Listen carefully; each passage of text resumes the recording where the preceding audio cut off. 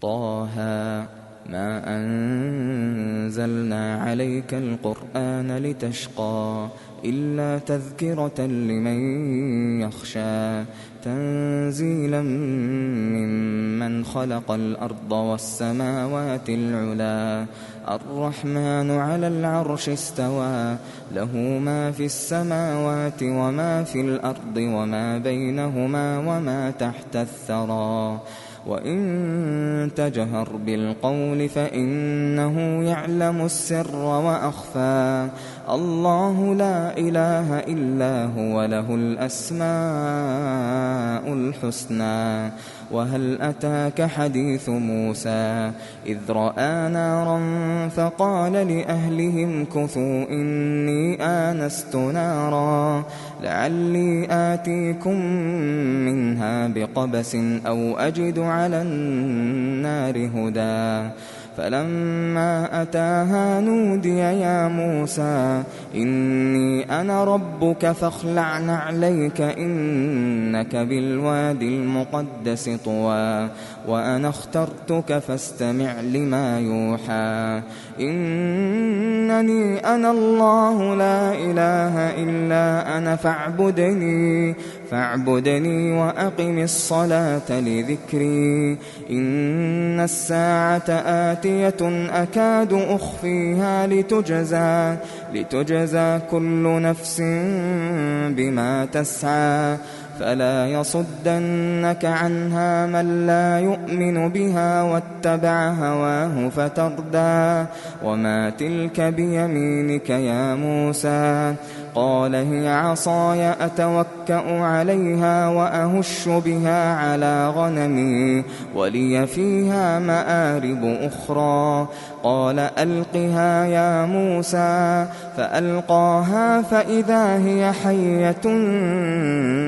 تسعى قال خذها ولا تخف سنعيدها سيرتها الأولى واضمم يدك إلى جناحك تخرج بيضاء من غير سوء آية أخرى لنريك من آياتنا الكبرى اذهب إلى فرعون إنه طغى قال رب اشرح لي صدري ويسر لي أمري واحلل عقدة من لساني يفقه قولي واجعل لي وزيرا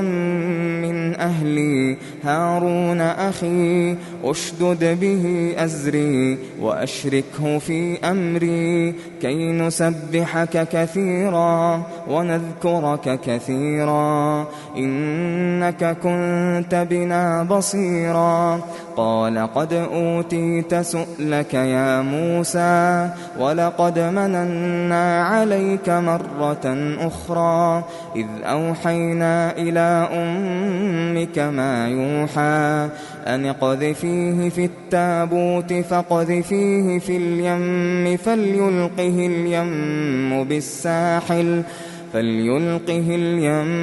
بالساحل يأخذه عدو لي وعدو له وألقيت عليك محبة مني ولتصنع على عيني إذ تمشي أختك فتقول هل أدلكم على من يكفله فرجعناك إلى أمك كي تقر عينها ولا تحزن وقتلت نفسا فنجيناك من الغم وفتناك فتونا فلبثت سنين في أهل مدين ثم جئت على قدري يا موسى واصطنعتك لنفسي اذهب أنت وأخوك بآياتي ولا تنيا في ذكري اذهبا إلى فرعون إنه طغى فقولا له قولا لينا لعله يتذكر أو يخشى قالا ربنا إننا نخاف أن يفرط علينا أو أن يطغى قال لا تخافا إنني معكما أسمع وأرى فأتياه فقولا إن إنا رسولا ربك فأرسل معنا بني إسرائيل ولا تعذبهم قد جئناك بآية من ربك والسلام على من اتبع الهدى إنا قد أوحي إلينا أن العذاب على من كذب وتولى قال فمن ربكما يا موسى قال ربنا الذي أعطى كل شيء خلقه ثم هدى قال فما بال القرون الأولى قال علمها عند ربي في كتاب لا يضل ربي ولا ينسى الذي جعل لكم الأرض مهدا وسلك لكم فيها سبلا وأنزل من السماء ماء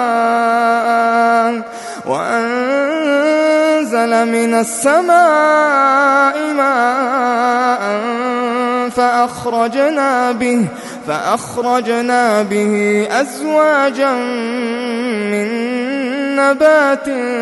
شتى كلوا وارعوا أنعامكم إن في ذلك لآيات لأولي النهى منها خلقناكم وفيها نعيدكم ومنها نخرجكم تارة أخرى ولقد أريناه آياتنا كلها فكذب وأبى قال أجئتنا لتخرجنا من أرضنا بسحرك يا موسى فلنأتينك بسحر مثله فاجعل بيننا وبينك موعدا لا نخلفه نحن ولا أنت مكانا سوى قال موعدكم يوم الزينة وأن يحشر الناس ضحى فتولى فرعون فجمع كيده ثم أتى قال لهم موسى ويلكم لا تفتروا على الله كذبا فيسحتكم بعذاب وقد خاب من افترى فتنازعوا أمرهم بينهم وأسروا النجوى قالوا إن هذان لساحران يريدان أن يخرجاكم من أرضكم بسحرهما ويذهبا بطريقتكم المثلى فأجمعوا كيدكم ثم أتوا صفا وقد أفلح اليوم من استعلى قالوا يا موسى إما أن تلقي وإما أن نكون أول من ألقى قال بل ألقوا فإذا حبالهم وعصيهم يخيل إليه من سحرهم أنها تسعى فأوجس في نفسه خيفة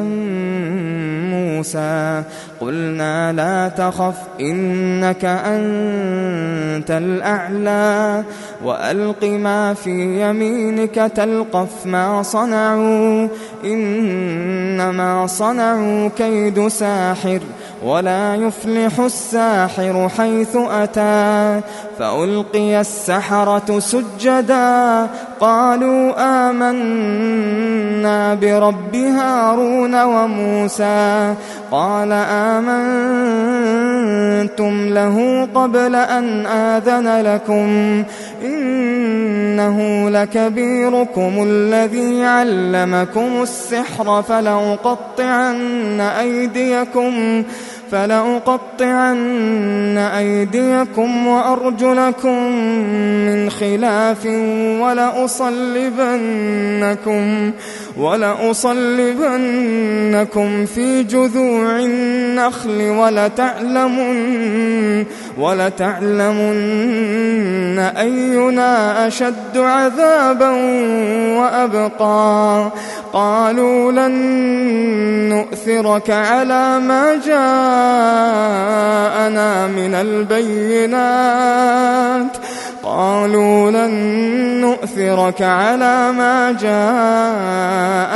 من البينات والذي فطرنا فاقض ما أنت قاض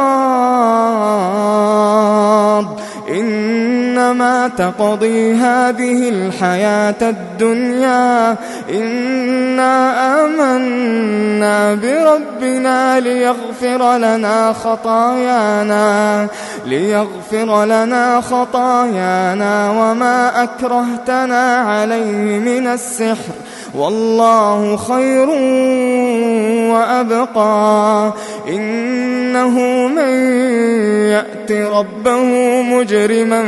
فإن له جهنم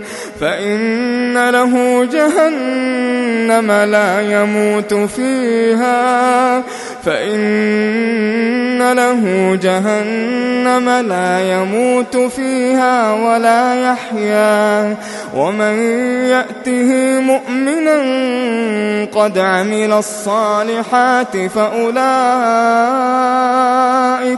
فأولئك لهم الدرجات العلى جنات عدن تجري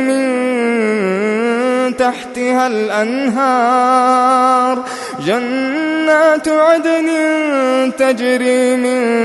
تحتها الأنهار خالدين فيها وذلك جزاء من تزكى. ولقد أوحينا إلى موسى أن أسر بعبادي فاضرب لهم طريقا في البحر يبسا لا تخاف دركا ولا تخشى. فأتبعهم فرعون بجنوده فغشيهم من اليم ما غشيهم وأضل فرعون قومه وما هدى. يا بني إسرائيل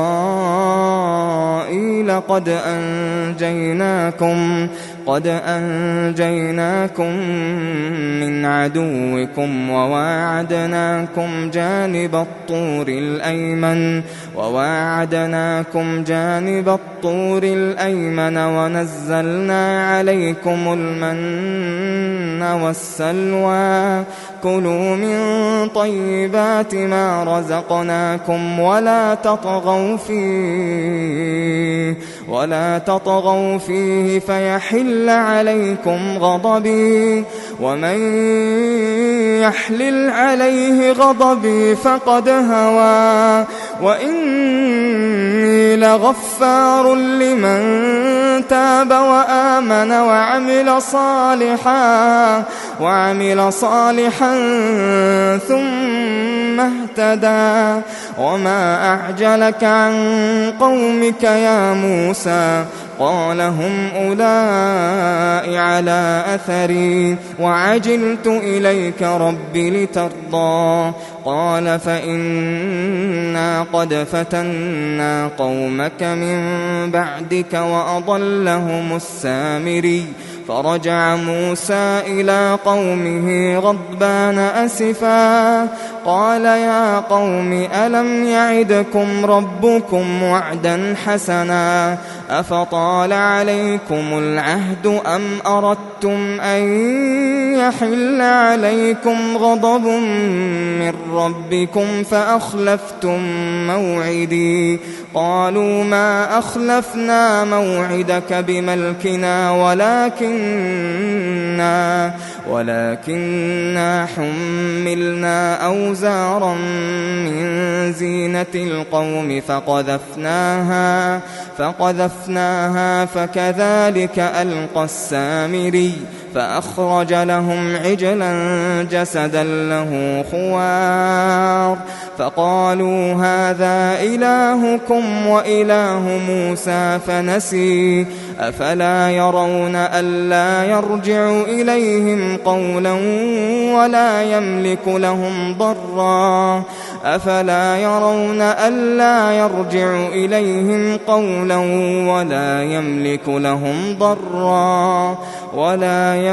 لهم ضرا ولا نفعا ولقد قال لهم هارون من قبل يا قوم إنما فتنتم به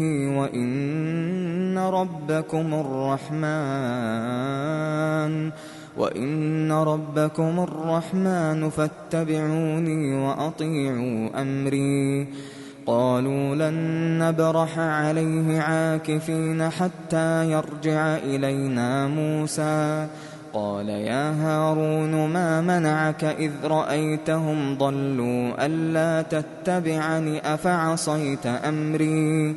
قال يا ابن أم لا تأخذ بلحيتي ولا برأسي إني خشيت أن تقول فرقت بين بني إسرائيل ولم ترقب قولي قال فما خطبك يا سامري قال بصرت بما لم يبصروا به فقبضت قبضة من أثر الرسول فنبذتها وكذلك سولت لي نفسي قال فاذهب فإن لك في الحياة أن تقول لا مساس وإن لك موعدا لن تخلفه وانظر إلى إلهك الذي ظلت عليه عاكفا لنحرقنه ثم لننسفنه في اليم نسفا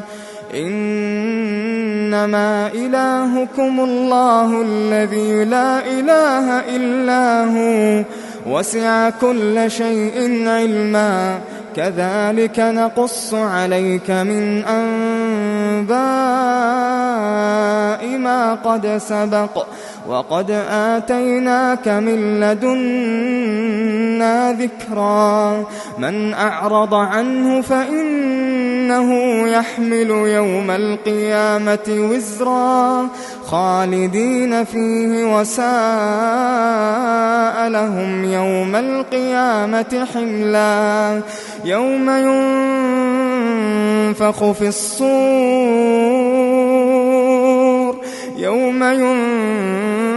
ينفخ في الصور ونحشر المجرمين يومئذ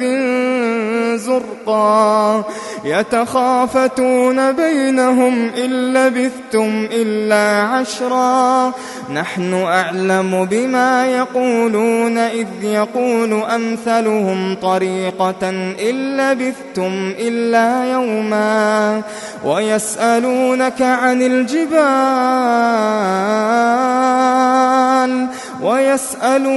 عن الجبال فقل ينسفها ربي نسفا فيذرها قاعا صفصفا لا ترى فيها عوجا ولا أمتا يومئذ يتبعون الداعي لا عوج له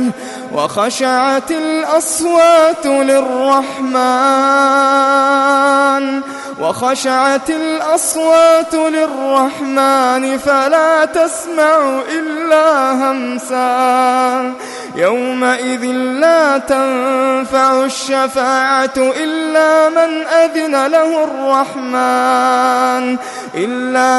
أذن له الرحمن ورضي له قولا يعلم ما بين أيديهم وما خلفهم ولا يحيطون به علما وعنت الوجوه للحي القيوم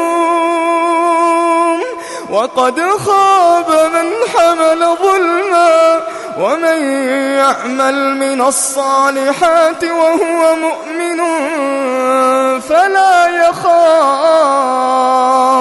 فلا يخاف ظلما ولا هضما وكذلك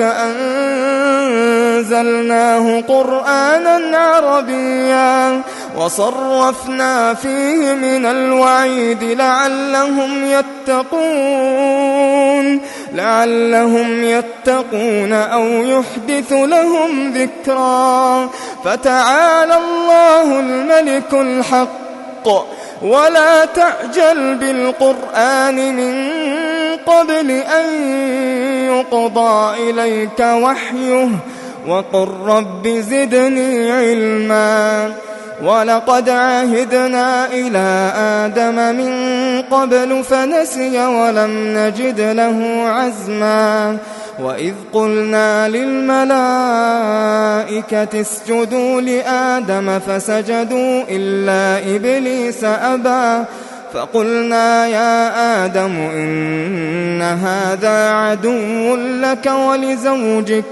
إن هذا عدو لك ولزوجك فلا يخرجنكما من الجنة فتشقى إن لك ألا تجوع فيها ولا تعرى وأنك لا تظمأ فيها ولا تضحى فوسوس إليه الشيطان قال يا آدم هل أدلك على شجرة الخلد وملك لا يبلى فأكلا منها فبدت لهما سوآتهما وطفقا يخصفان عليهما من ورق الجنة وعصى آدم ربه فغوى ثم اجتباه ربه فتاب عليه وهدى قال اهبطا منها جميعا بعضكم لبعض عدو فإما يأتينكم مني هدى فمن اتبع هداي فلا يضل ولا يشقى ومن أعرض عن ذكري فإن